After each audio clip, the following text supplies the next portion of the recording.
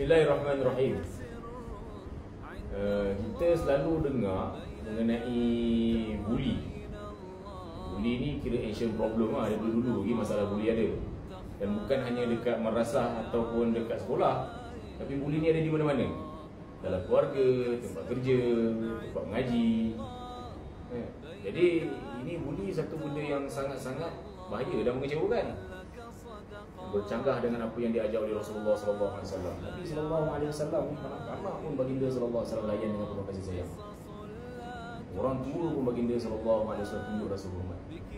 Kalau kita tak boleh nak tunjuk rasa hormat, kita nak orang hormat kita. Kalau kita nak orang hormat kita, kita buatlah benda yang boleh menyebabkan orang hormat kita. Tak sepatutnya lah seseorang tu dia buat perkara yang menyusahkan orang dengan harapan untuk melahirkan rasa kagum orang kepadanya. Jadi yang akan adanya bukannya rasa kagum, orang akan menyampah. Tambah kalau dizalimi. Dan Nabi SAW kata apa dia? Ittaqi da'watal mazlum. Berhati-hatilah kamu dengan doa orang yang dizalimi. Pasal apa? Antara dia dengan Allah Ta'ala tak ada hijab.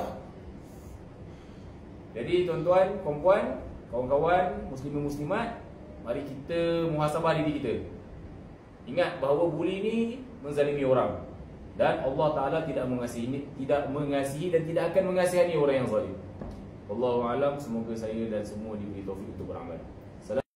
Satu lagi, insya-Allah 18 Oktober 2025 hari Sabtu daripada pukul 8 pagi hingga 10 pagi kami akan mengadakan temu duga lah untuk pendaftaran baru, kemasukan pelajar baru di Pondok Zaratul Ulum. Itu sebuah institut pengajian agama untuk wanita-wanita muslimah.